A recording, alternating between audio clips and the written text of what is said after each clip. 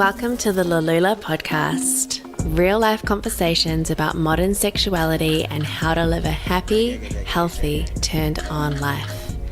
I'm your host, Laura Allen, a holistic health coach and founder of Lalulah, an online platform offering natural erotica toys as well as the educational tools you need to expand your pleasure in and outside the bedroom. Welcome back to another episode of the Lalulah podcast. Today I am speaking with Ellie Wild. She is one of New Zealand's leading somatic sex coaches as well as an ISTA practitioner. And she facilitates ISTA all over the globe, and it's such a privilege to have her come on the podcast and share her thoughts, her expertise, and her personal experience as well. So what we're going into today is really reversing this stigma around the word neediness and really talking about the importance of longing and how beautiful that can be when it comes to creating intimacy in a relationship. We really deep dive into the anatomy of female arousal, and this part is so juicy because we go into how important it is to have a heart connection not only for women but for men as well.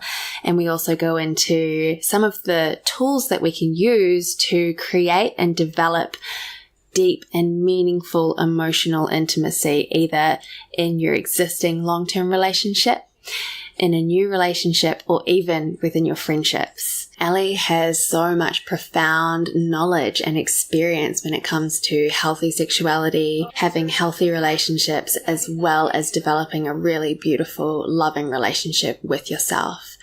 I personally got so much out of this conversation with her, and I'm sure you're going to too. So enjoy the show. Ellie, hello. Hi, Laura. Hi. So grateful to have you here. And not only have you been a really important person in my life and in my healing journey, I've been to so many of your workshops and I've worked with you one-on-one, and you've had such a profound impact on me personally, and now to be working with you in this capacity just is really beautiful, and it's such an honor. So thank you. Thank you for having me. And it feels super excited to be here with you and chat a little and talk about some more future things that we're doing together, and it was yummy. It does feel yummy. Yummy, such a great word for it. So we've got a lot to get through in this podcast. We've been talking about it prior and I'm just like fizzing to get into it. But the first thing I want to ask you is, what color are you today, and what color why? Am I? What color am I? What color are you today? Wow. And why? Colour am I? Well, as soon as you said that, actually, I got kind of like a chill through my body. So I feel like I'm a cool colour, kind of like a really pale, icy blue. Ooh. Yeah. An icy blue. Interesting. Yeah, cool. Is there any particular reason for that, or it's just the sensation that you felt? I feel kind of cool and calm and chilled, and maybe also, when you get a little bit nervous, you feel a little bit frozen. We've been having these beautiful chats, and there's something about kind of going online and recording it where it's like, oh God, now I've actually got to say something meaningful and important, and I can't just relax and chat with you. I'm like trying to I don't know, that slightly nervous part of me is in there as well, so that maybe that's why it kind of this kind of icy sharpness. So awesome. Hopefully it will melt a bit as we're talking, and it will. Yeah. The ice will melt. I'll ask you the question again at the end. It's funny, isn't it? It's really funny because even though I've done like lots of facilitation, I'm out there in public eye a bit and everything, I still got this very shy part of my nature that's in there as well. Yeah. It's beautiful. It's very humbling. It's very human. Yeah.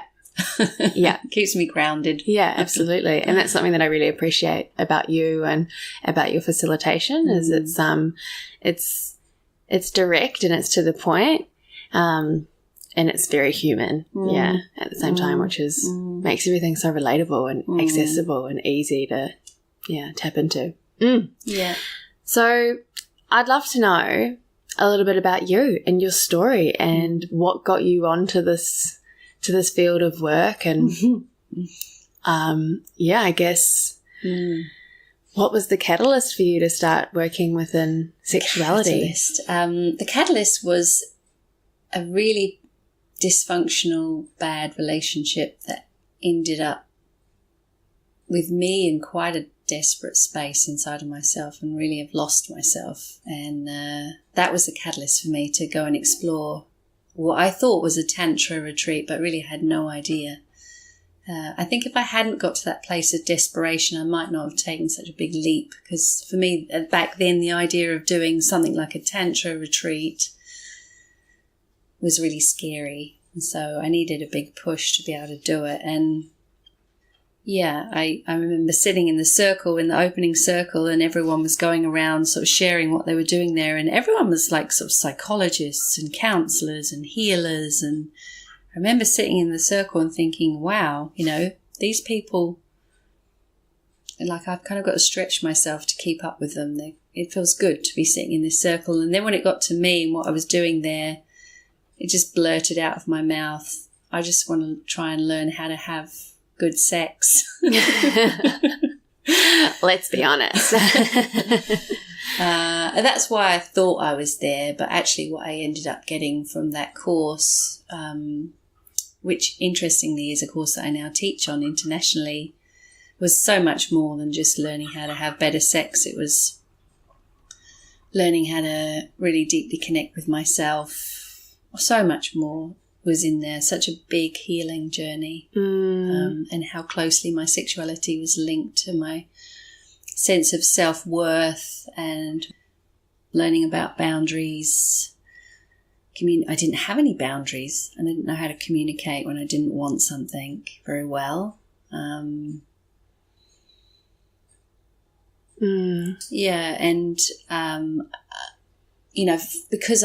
Because I'd sort of had lots of relationships or sexual experiences that weren't necessarily kind of what I really wanted, I'd kind of numbed out a little bit, and I wasn't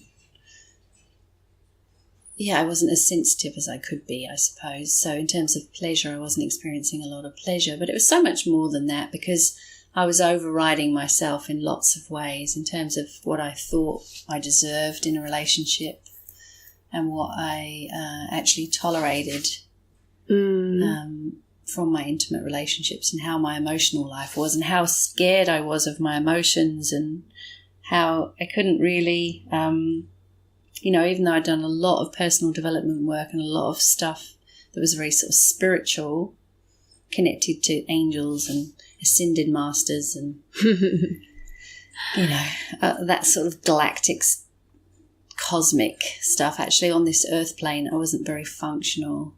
Didn't have a very good relationship with money, with my emotions, or with sex. So, I wasn't very grounded. Yeah. And this journey with my sexuality actually drastically changed that. Drastically. That's really fascinating how you say that. I often refer to working with sexuality as the pot of gold at the end of the rainbow. We can all have self-awareness and do, personal development work in whatever capacity that looks like for you. But really, once we start tapping into the sexuality space, that's when some real juice happens and some massive shifts can take place. And again, what you're saying about how you were very much in the higher realm world, but not anchored in your body. And I guess, correct me if I'm wrong, sexuality, a lot of it is working in those lower chakras and being in your body, being embodied. Yeah. And working somatically with things rather than conceptually. Yeah. A lot of the stuff I did before was very sort of conceptual and very hard, very untangible, and kind of hard to actually grasp any sort of reality of, I did so many meditational practices and stuff that made me very transcendental and connecting to something beyond myself. And, I could go into these bliss states for hours meditating and that. But when I came back to living my daily life, it wasn't very helpful. Yeah. Especially when it comes to dealing with people, my interpersonal relationships and the more human side of me. Yeah. Yeah. Yeah, there's this great saying is we're spiritual beings having a human experience, not the other way around. So it's nice that when we're here on planet Earth to really be here and enjoy it, because it's pretty fun. It's pretty fun being here. It's really fun, yeah. So, yeah, it's just kind of learning how to be in our bodies, because we can use so many distractions to get out of it, whether that be even meditation and these kind of self-care practices, but it can also be other things, you know, like drugs and alcohol that can be a little bit more ruthless. So, that's why sexuality can be really profound, because it's beyond being good in bed. It's about really feeling safe to be in your body and to be in this in this world. Yeah, and creating the kind of intimacy and connection with others that you really want and truly desire, which actually helps you feel safe in this world, I think. Yeah. And, you know, before I started this journey, there were so many times where I'd look up to the stars and just not really want to be here. And now I can say that I actually really love my earthly life and myself. You know, sure, I've got challenges of massive things that I have to overcome. You know, sometimes it feels like on a daily basis, but I feel like I'm much more capable of dealing with things now, and I'm going in the right direction. I kind of trust myself a lot more. Yeah. Yeah. So it's really been a journey of self-love. Self-love and groundedness, actually coming down to earth. Yeah, rather than trying to constantly escape it by, you know, connecting to my spiritual self. And I feel like through this journey, I've connected sex and spirit somehow. Yeah, gorgeous. So before we sort of flow into the importance of the heart connection in the relationship with yourself and with others, I wanted to maybe define what some of the unhealthy characteristics you were witnessing and playing out in your prior relationships. Like, what were some of the red flags that you could now identify that perhaps maybe some of the listeners are experiencing but don't necessarily have the awareness to identify them yet? Yeah, that's a really good question. And, you know, obviously it's an ongoing journey, but I think the biggest one for me is where I would override what I truly want and desire in favour of what I think the other person wants and desires, because I didn't have the self-worth to value myself enough to stand for what I wanted. And also I was scared of losing that connection and the attention and the love, in inverted commas, that I thought I was getting. So it's like I had to constantly keep abandoning myself and what I really wanted in order to maintain this connection with the person or maintain the relationship. And over, you know, that works for a finite time, but yeah, over longer periods of time, it just breeds something really unhealthy. And I did find, like, in a relationship previously, that actually probably both of us were doing that to a certain degree, because there wasn't the level of self-awareness in the actual relationship and the honesty to actually, you know, decipher what it is you really wanted. I think that can happen a lot in relationship, that we keep trying to please the other and doing things that we think is going to help the relationship. And in the process of that, sort of abandoning the self, and then it just creates resentment over time, and it's not authentic. And yeah, absolutely. Yeah. And I think we're still very much living in a bit of a hangover from this kind of societal view of what relationships should look like in this old conservative model, right? Essentially of, you know, kind of marriage and babies and then men go out and work and all that kind of stuff. And even though there are so many, like, new age relationship models that we can now exercise really safely, where, you know, we still feel the pressure to conform in that way, and sometimes that involves us kind of dimming or silencing a part of ourselves that feels really true to us. And it's like, hello, midlife crises, you know. And talk to people sometimes and they say, well, there's always a certain amount of compromise in relationships, and, you know, that's just sort of goes with it. But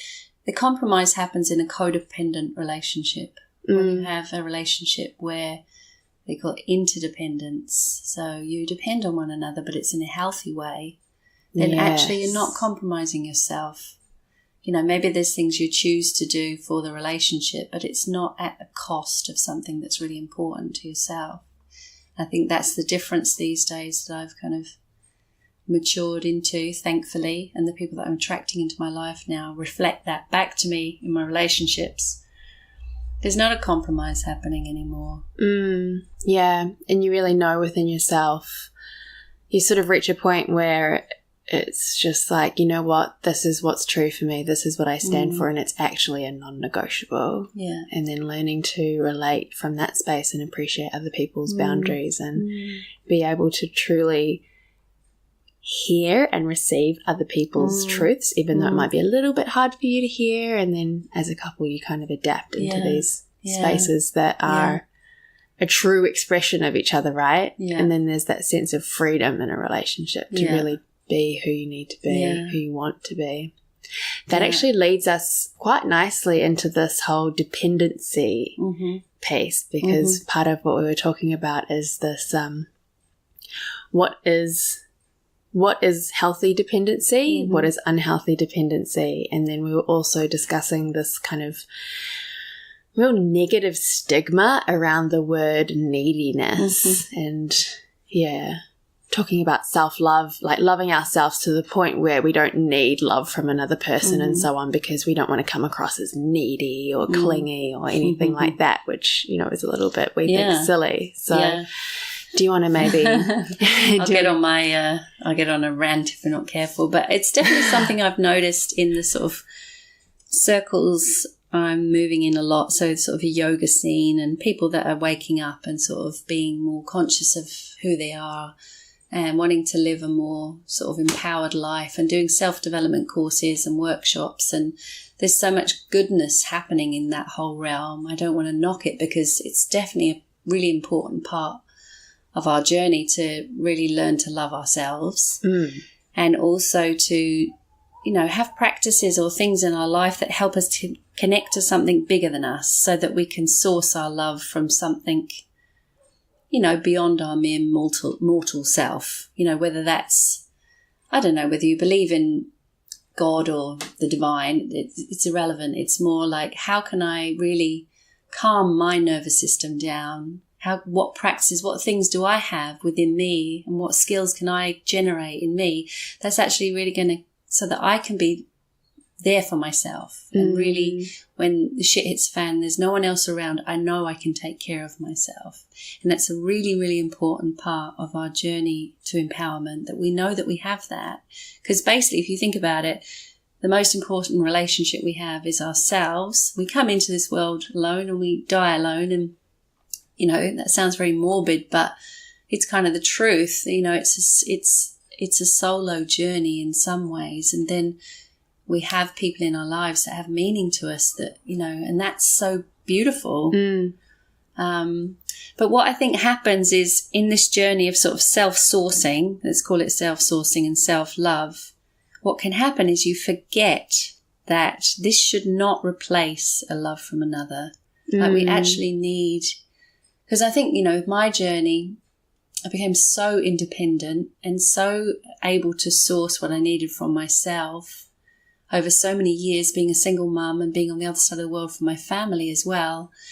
Became super self-reliant and almost, in an unhealthy way. And then what I realized was I'd not allowed myself to depend on others. I'd not allowed myself to really feel the need that I have for deep human connection. You know, I'd kind of like made that a little bit wrong. But how I see it now is that, we need to be able to self-source, and we need to be able to have our own sense of self-love. But it's not at the expense of needing and appreciating and valuing the love from another, because that's a very sort of human need, that, you know. And just recently I was reminded of it because I've fallen in love again. And last year I definitely kind of, I don't know, I just sort of moved into this phase where I felt like my periods are stopping now, and it's like, oh, maybe I'm going into a different phase where I'm not actually going to be in a deep connection with someone else. And I sort of was a bit sad about that and mourning that a bit, but kind of also releasing that from my expectations and really focusing my attention on my relationship with myself and with my spiritual practices. But, if I'm truthful, in retrospect, I was a little bit shut down inside. And there was a part of me that was a little bit sad. And it took the love from another person to wake that part of me back up again and go, hey, hang on a minute.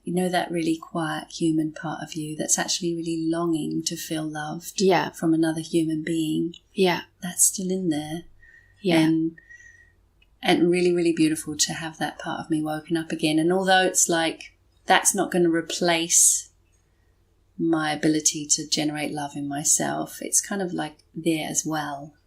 And I think that's the trick. And sometimes where some of these kind of advocates of self-love and self-appreciation and, to forget to remind people that it's okay as well to need the love from another. From the outside. It's just if we're constantly sourcing it from the outside and we can't get it from the inside, that it's wrong. Yeah. That's when it falls into that sort of unhealthy dependency. Yeah. And I really love how you were using the word longing instead of neediness, because there's just something so beautiful about longing. Longing almost feels sensual and there's this innocence to it that's beautiful and like very loving.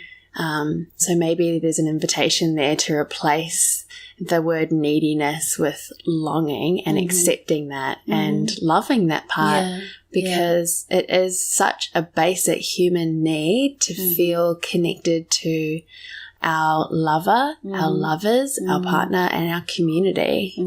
So important. Totally. Yeah. So, it's really important that we keep it in our minds to not love ourselves to the point of not needing love from another person. Yeah, don't kid yourself, because it's actually an emotional and a spiritual bypass. Totally. Bypassing those human needs that we all have. And without going on too much of a tangent, when you look at Hebrew mysticism, for instance, and kind of Eros and what Eros actually is, one of the faces of Eros, according to Hebrew mysticism, is participating in this yearning force of being. So it's like, actually, what are you yearning for in your life? What do you really long for? And are you going towards that? Now, a lot of people are not allowed, I see in the modern world, aren't allowing themselves to participate in that because they're too busy in survival mode. Actually allowing yourself to long for something and yearn for it, and then participating in that and like moving towards it really is what kind of gives life its juice, I think. And passion and creativity and all of those yummy things that we all love. So I think it's really sad when you lose touch with your longing.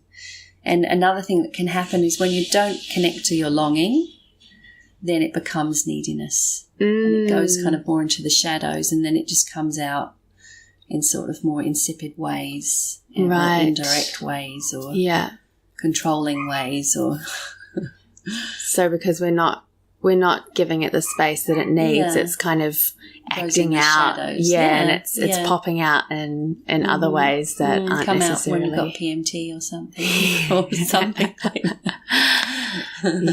Totally. And also, I think it's really powerful in relationships to own when you feel needy, and actually, I may feel really needy right now. Yeah. And the other person doesn't have to do anything about it, but just to be able to say that is powerful. Yeah. And then you can make a request from that space, like, I really want some reassurance, or what I really need is this, and so just naming it is really powerful, I think. Yeah, that's really Taking true. the stigma off of it. Communication, in partnership or in all relationships, but specifically in this case, in your intimate relationships, being able to be really open and honest with yourself and what you're experiencing, and then being able to express that to your partner and ask for what you need to feel safe again. So that sort of leads really nicely, that piece about safety in relationship, to the importance of the heart connection for the female arousal. And I'd love to dive into that more with you. And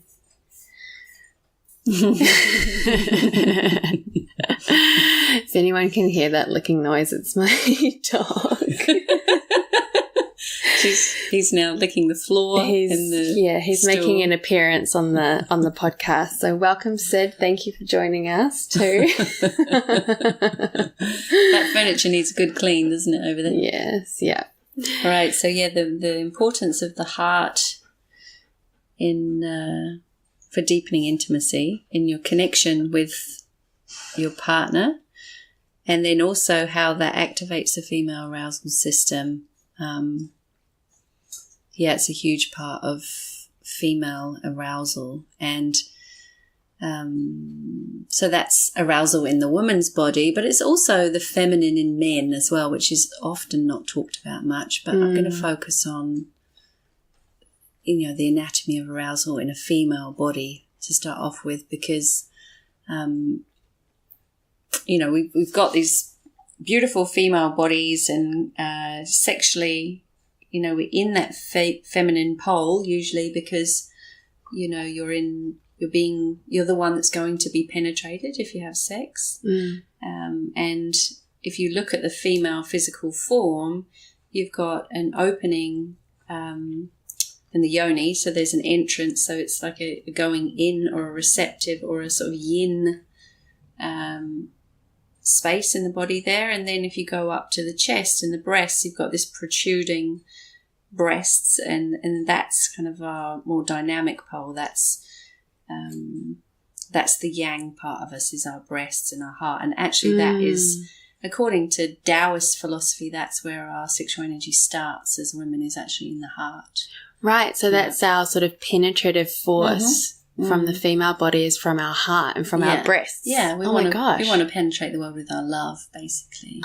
And then when we really feel that when that center is really activated, then it starts to activate our desire and our longing and our receptivity and our openness and our surrender, and and then we're really able to really be radiant and draw what we need into our intimate connections, and actually ultimately into our lives. So the breasts and the heart connection is huge for really embodying the fullness of your feminine sexual essence. I guess that's why practices like breast massage are so important for women, even outside of a sexual context, just to keep your awareness in that area, keep it activated with energy and attention and awareness. Yeah, and keeping, when there's this saying sort of like, get something off your chest, keeping your cards close to your chest. That there's so many things that we have in our languaging where we're actually not living in a space of being truly honest with what's happening in our hearts. And in emotional intimacy and in relationship, I think that's where the biggest kind of arousal for women can happen, is actually in the heart and in the emotional intimacy. And it happens, it's not just what happens in the bedroom and kind of which parts of the body you touch first and which conversations you are having just before sex that help you to feel relaxed. So we live our whole day and go to bed now. So now it's time to relax and you need to feel safe and trust. So I'm going to talk to you about these things so that I can open you up. It's happening all the time. We're scanning and, looking for ways where we can deepen intimacy with this person that we're, connected to. And so much of that is non-sexual. So much of it is non-sexual. I think that the level of honesty you have in a relationship is really, really important for the heart to feel safe. So getting those things off your chest, particularly the things that you think you shouldn't say. Yeah. Or you don't want the other person to know about you. The insecurities, the funny little thoughts that go through your head and where you want to filter it out and think, no, I can't say that. And, you know, what would it be like if you just told the person that you really love those as well? Especially, you know, maybe it's because I'm at the beginning of a new relationship, and when you're at the beginning of a new relationship, and especially when there's a heart connection there's a lot of sort of uncovering who you really are. And that's a lot of what's beautiful in the beginning of a relationship, I think, is you're discovering each other. And if you can go to that level of honesty from the start and not have to wait until there's a disaster or a catastrophe or a fight, or such an incredible emotional intimacy can develop. Yeah. And it's very arousing. It is. It's so hot. Oh my God. Yeah. When I notice it as well with my partner, and when he comes to me and tells me something that I know is true for him, even though it can be hard for me to hear it, I'm so grateful that he has the courage to tell me, and he trusts me enough that I'll be able to receive it, and then together we can figure out what needs to be done. Like, what a beautiful way to be in relationship. And it just builds our trust. Yeah. Because if we weren't in a place where we could share like that, there would be all of these, you know, question marks. A lack of communication leaves too much space for the imagination, right? Yeah. So practicing crystal clear communication, radical honesty, even when you don't think it's necessary, you can go, oh, it's not a big deal, I don't need to say it. It's a great opportunity to just simply practice saying it. Yeah. Because you're sort of getting into that routine with each other of really being real. Yeah, being really real. And I find it interesting, like, when you really care about somebody deeply, you care about what's going on in their mind. You want, you know, I want to know what's happening inside his head. So I can get inside his head and see what it feels like to be inside his head for a bit. And even if it's not the best place to be, I want to know that. Like, I want to know what thoughts are going through his mind. And I also, like, you know, want to know what's happening in his heart. And I want to share what's happening in me as well, because I think that by revealing yourself to each other, this closeness develops, and then from that space it's only natural to want to come together sexually. Yeah, it's like there's no effort for that. It's kind of like of course that's the next thing that wants to happen, you know, in that type of connection, if it is an sexual and intimate connection. And you know, people often say, what happened to our sex life and blah, blah, blah. And it's like you need to forget about having sex, actually, and build the emotional intimacy again. Yeah. Start having fun together. Start playing together. Start sharing what's happening inside of one another without judging one another, and let each other be heard fully until you've completely emptied out everything and build that connection, that emotional connection again. Yes. And that's what repairs the sex. Absolutely. It's not tips and tools and techniques and learning tantra and it's honesty. Just waited for that plane to go over.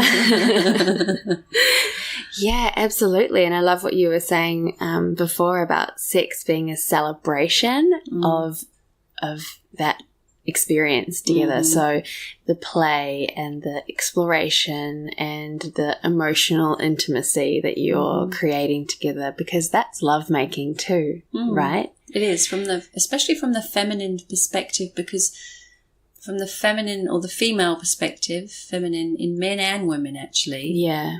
What she really needs is the heart connection, and what opens the heart is communion and intimacy and connection. And there's so many different ways we can connect to one another.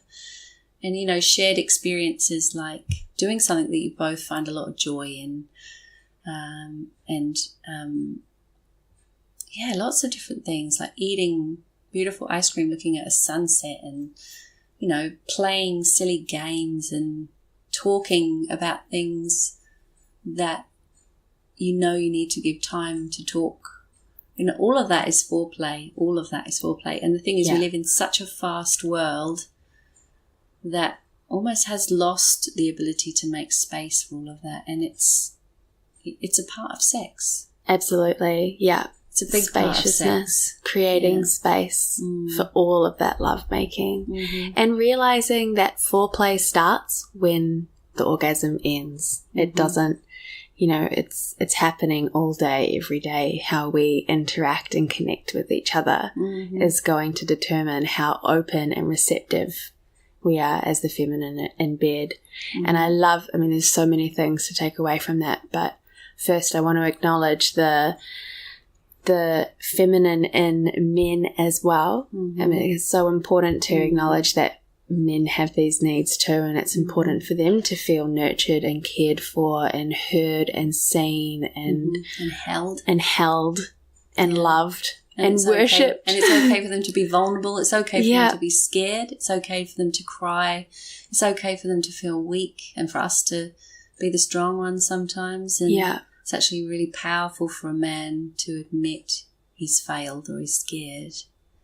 It really strengthens him in some way, to actually admit that, rather than kind of like bolstering themselves up with this kind of unhealthy masculine, actually, that's more brittle on the outside, and it's trying to sort of be the man or be the big king, but underneath it's kind of quaking and shaking. Men just have just as many emotional, intimate needs as women. But, it's largely been conditioned out of them in most cultures.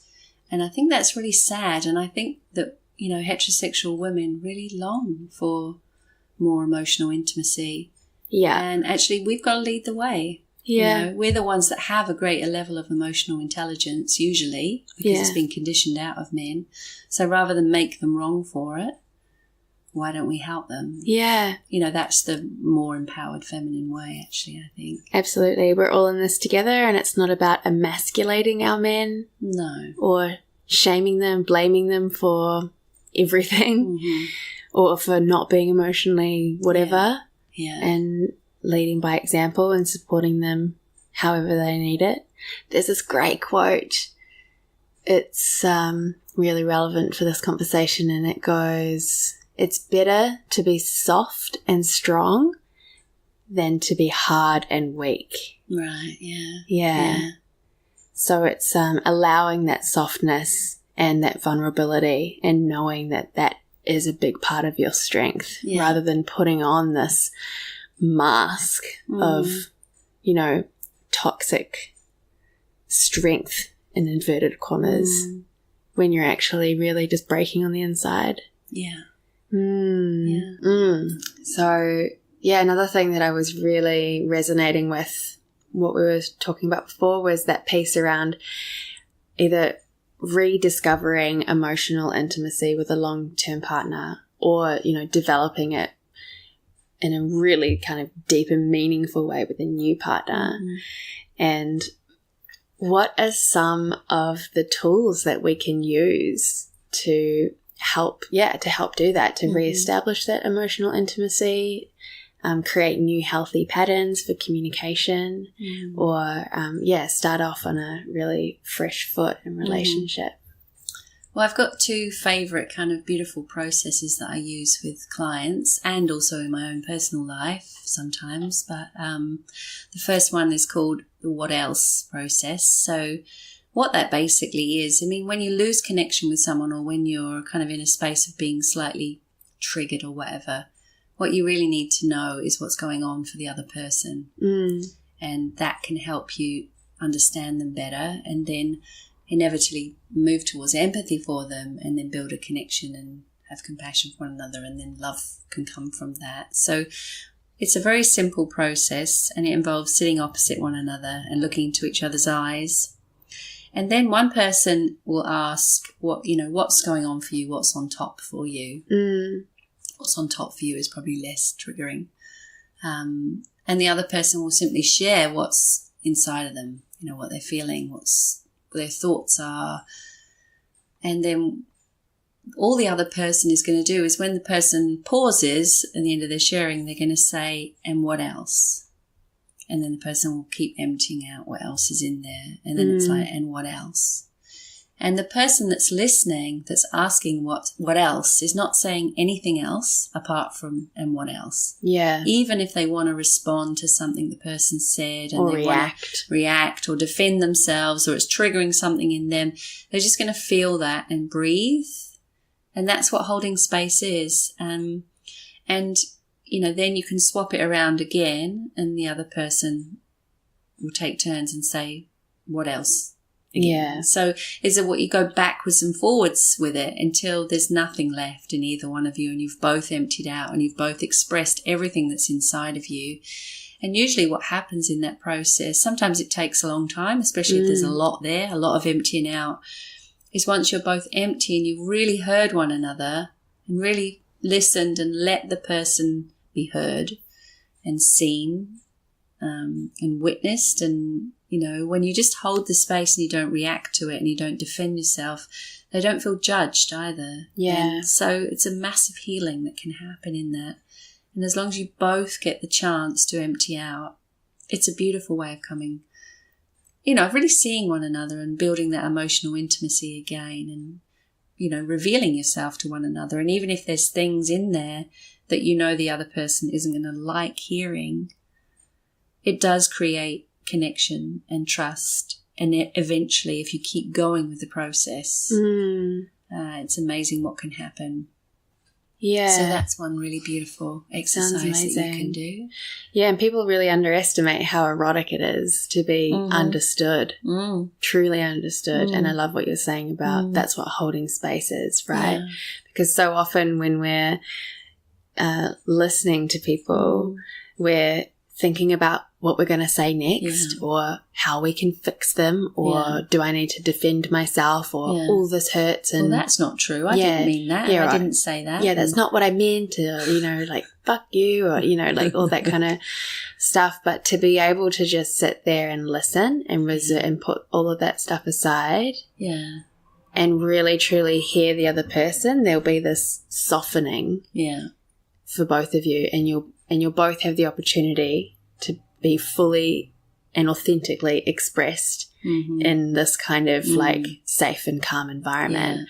And of course there might come times, right, when people are getting quite triggered and it can get heated, and then there's an opportunity to just say, let's create some space. I need time to come back into my heart instead of reacting and speaking from my kind of head ego space. And then come back to it and revisit it, as long as there's that dedication to continuing with it. I think the key is to really allow yourself to empty out fully. Yeah. And to let the other person empty out fully, and don't stop until you feel empty. Yeah. And to ride through those moments where you feel like you want to react and just breathe and simply say, and what else? Yeah, and just keep going with that and let them empty out. And knowing that, you know, if there's stuff brewing in you, you'll be your turn at the end and they're empty. Yeah. And far better to allow that than get into the space of justifying one another and defending. And it's never ends well, really, does it? So, you know, and you don't have to do this process when you're triggered. You can also do it when you just desire more connection together. Yeah. And you just lost touch a bit and you've kind of been busy in your lives and sort of orbiting around one another, but not really deeply connected to what's going on with one another. And that really does kill the intimacy and the connection and sex. And a lot of couples that I work with say they want a deeper connection and more intimacy. Yeah. Not many say they want to have better sex. I mean, ultimately, that's a byproduct of this. But most people want to have a better, deeper connection with their partner. Absolutely. Yeah, and to work on that, and the sex, you know, will get better from that space. So a lot of people come to work in this sexuality space from a place of, I want to have better sex, exactly like what you were saying earlier, and then realizing that actually it's got nothing to do with sex and it has everything to do with everything surrounding it, and then having a better, more fulfilling, more meaningful sex life is simply a bonus of all of this work. Being more connected to yourself. Yeah. And more at one with the stirrings of your inner realms. Yeah. Yeah. There's so much more about being actually in the experience of yourself and being with that, with another. With yourself or with another, whether you're having sex with yourself or with another or with 10 people, you really need to be connected to yourself first and foremost. Yeah. To all of the inner feelings and workings, and whether that's just being present in your body and breathing and feeling, or it's kind of just really catching yourself when you go out of your boundary, or when something else is needed, or you need to pause, or you need eye contact, or, really staying connected to what's happening inside of you. Yeah. And then requesting support in whatever way. So say, for example, you're engaging in a sexual act with your partner and or your lover, and you sort of leave your body a little bit. You disengage, disassociate, and I mean, gosh, that happens all the time, I believe, to the best of us. And being able to identify that and just accept that, and then, request, say, hey, can we just lie next to each other and connect again so that I can come back into my body? Or it's also really powerful. Oh, we're getting a little bit sidetracked here, but there was it's good to mention it, but there was another game. I'd love to talk about that one as well. Yeah, this is another favorite of mine, and especially good, I've found, when you're not in the same location as your partner and you need to, or you want to build a connection with them, and it's called What Do You Desire? It also sounds really fun and playful. It's really fun and playful, and many women in particular, particularly guilty of this, I think, that they know what they don't want. They can give you a massive long list of what they don't want, but can you actually really get connected to what you really want? And it's much more helpful, especially in relationships, to be more connected to what you actually want. What's the need? What's the request? What's the desire in there? What do you really want? And so this game can help you get in connection with that. And it's also really interesting to hear your partner's desires and what they are. And it's really simple. So you take it in turns again, and you sit opposite your partner, because it's always really beautiful to look into their eyes, I think. But if you can't do that and you're on the phone, or Skype or whatever, it's equally as erotic, I think. And you just ask, what do you desire? And then the other person will sit and feel into what it is they desire. And I say feel into because it's really nice to give yourself the space to not only think about what you desire, but to travel your awareness down into your body a little bit and see what feelings arise, and then what images come into your mind, and then what thoughts come from that space. Because we have, superficial desires that are more on the surface. And these desires might be desires that you have in life, like I want to win the lottery, I want a Bentley car, or or it can be about you and your partner. And I think, if you want to build connection and intimacy, you want to hope that you get to some desires with that person. Yeah. It might be interesting to know what your partner really desires. They want world peace, or they want us to all wake up and recycle better, or everyone have their own farms, or, those. It's important to know what those other desires are, of course. So being truthful about what's actually really there. Yeah, and also knowing that your desires don't always have to be about the other person. No, they don't have to be. No. Yeah. It's kind of nice, especially if you're longing for a connection with that person when they are. But, it's also beautiful to be with the honesty of what's real with that connection, wherever it is. Yeah. And it's just a really lovely game to see inside the other again, and create this intimacy into me see. Yeah. You get to see into the other person and who they are and what makes them tick and what lights them up and what they really want. And you may have been married to them for 20 years and find out things about them in this game that you don't know about them. Yeah. And that's exciting, I think. Yeah, totally. There's so much in that. It's there's a certain depth about it, hey? So it's, I mean, if you're a couple who, or even friends who haven't necessarily done stuff like this before, haven't done much eye gazing stuff before, you know, that can be super intimidating. So in the beginning, when we're doing both of these games, it can feel a bit awkward and maybe a bit surface level. But if you stick with it and even like sit with that feeling of uncomfortableness as well and just breathe through it and keep going, keep supporting each other, have a laugh if you need to, then you sort of like fall into this, deeper space that just feels so much more real and fulfilling. Yeah. Well, they say that it's something like it's more than 80% of our communication is non-verbal. And, you know, most of us don't spend enough time actually connecting on that level and really noticing what's happening there. Most people are a bit afraid of deep intimacy and so will automatically go into talking or speaking or doing something to fill the space.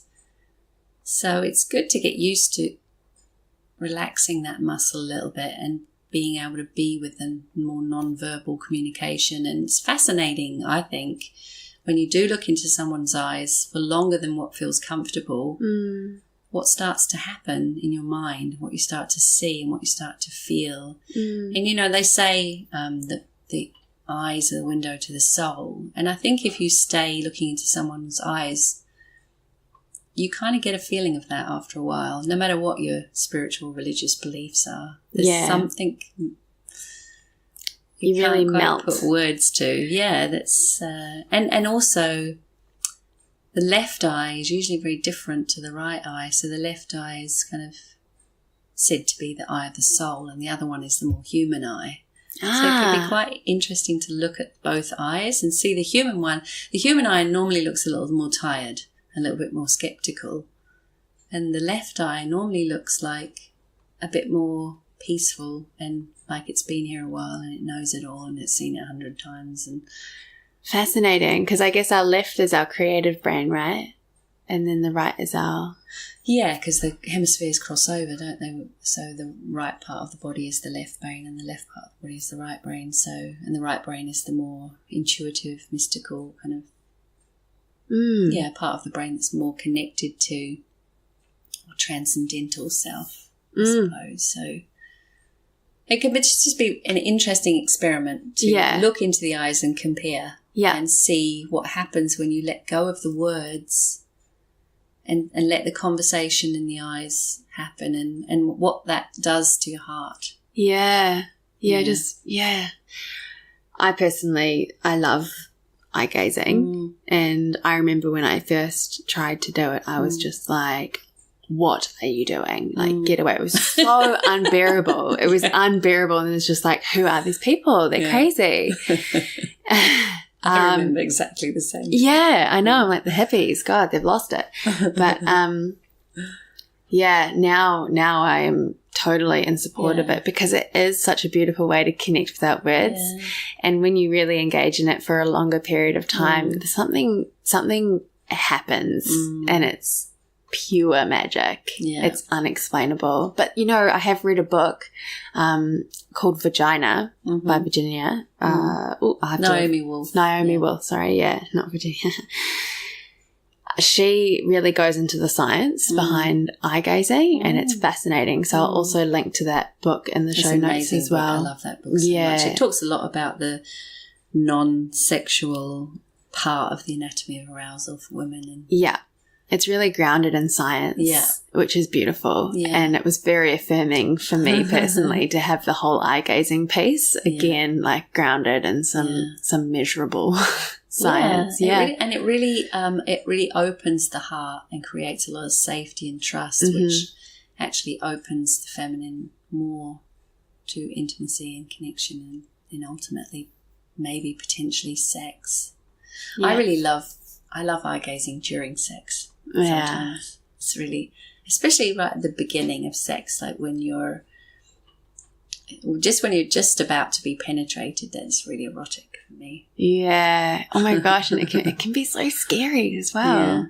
Yeah. Can't it? It's slowing that about moment down, because I think often we don't go slow enough to smell the roses in life in general. And yeah. Oh.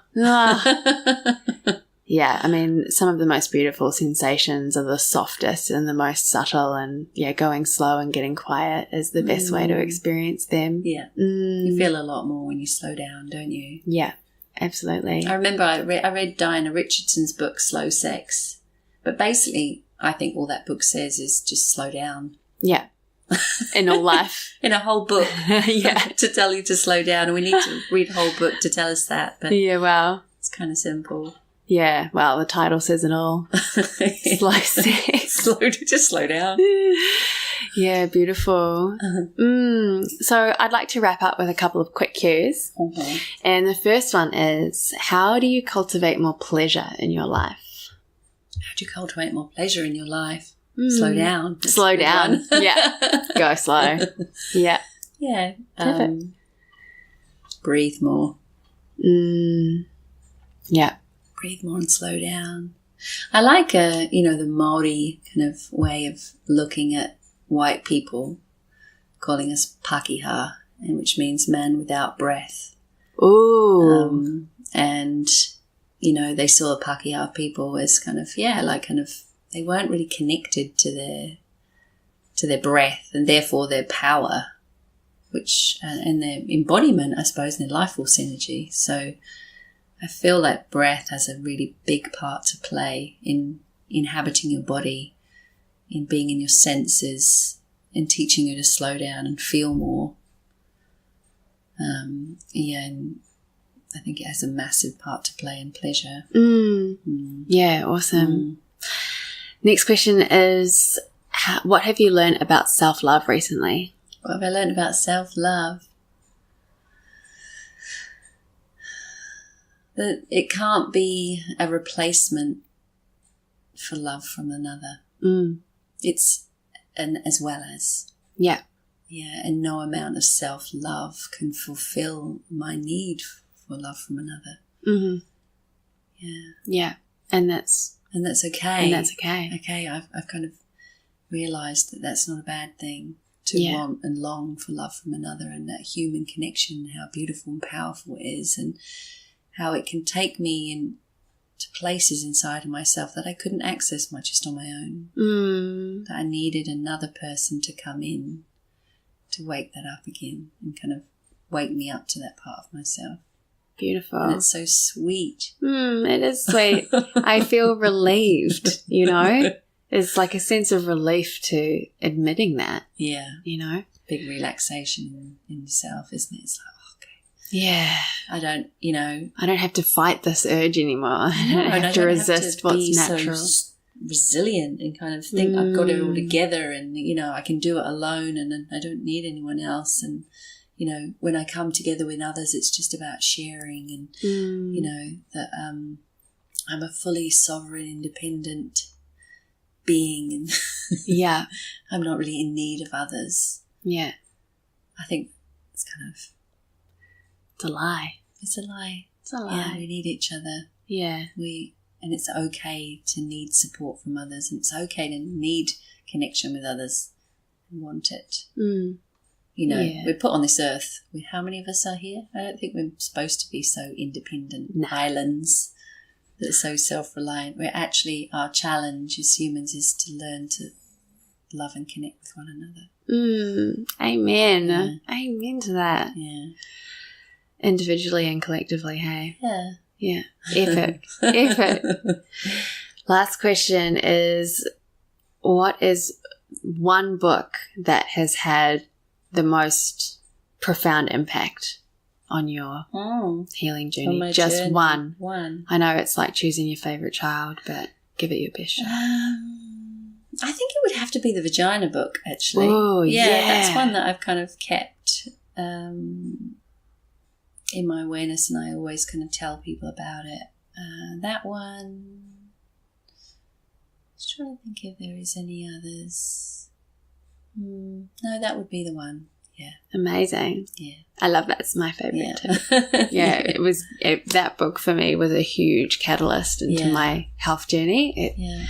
It definitely had a massive impact on my life. And I love the way that she articulates all of this stuff around sexuality and just makes it really kind of practical and pragmatic, and it really backs it up with a lot of sound research, which is awesome. And I like the way she sort of does the goddess array, which is kind of like demystifying what's so powerful about Tantra and why women love it so much. And, there's kind of all this confusion around Tantra and what it actually is, and so many different schools of thought around it. And I like her slant on it and talking about this goddess array, which is basically, what activates the female anatomy of arousal in women.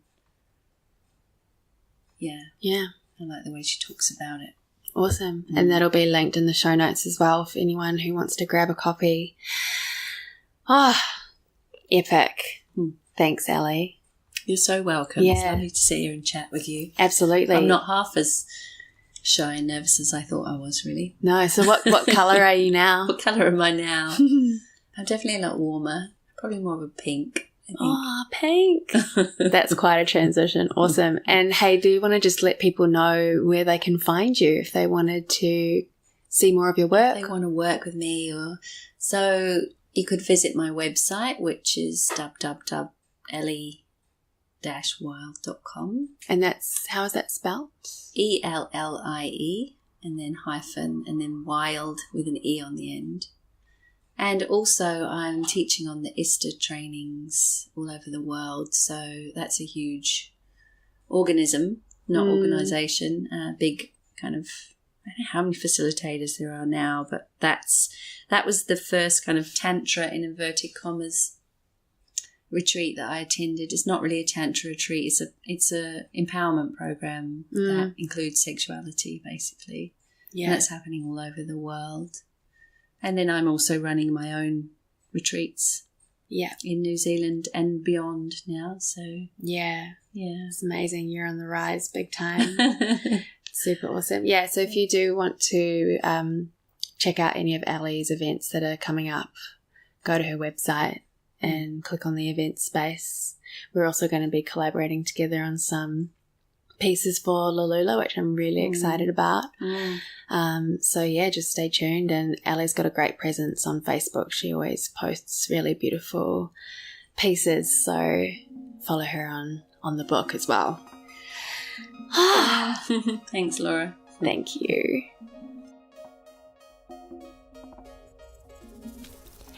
If you enjoyed this episode, hit like and subscribe on your favourite podcast app. And don't forget to share it with someone who you think could benefit from hearing it too. You can also sign up for Lalulah News and stay up to date with all the juicy content that we only share on email. And I want to take a moment to honour you for following your curiosity and prioritising your pleasure in this way. And until next time, thank you so much for listening, and I'll be back with another episode soon.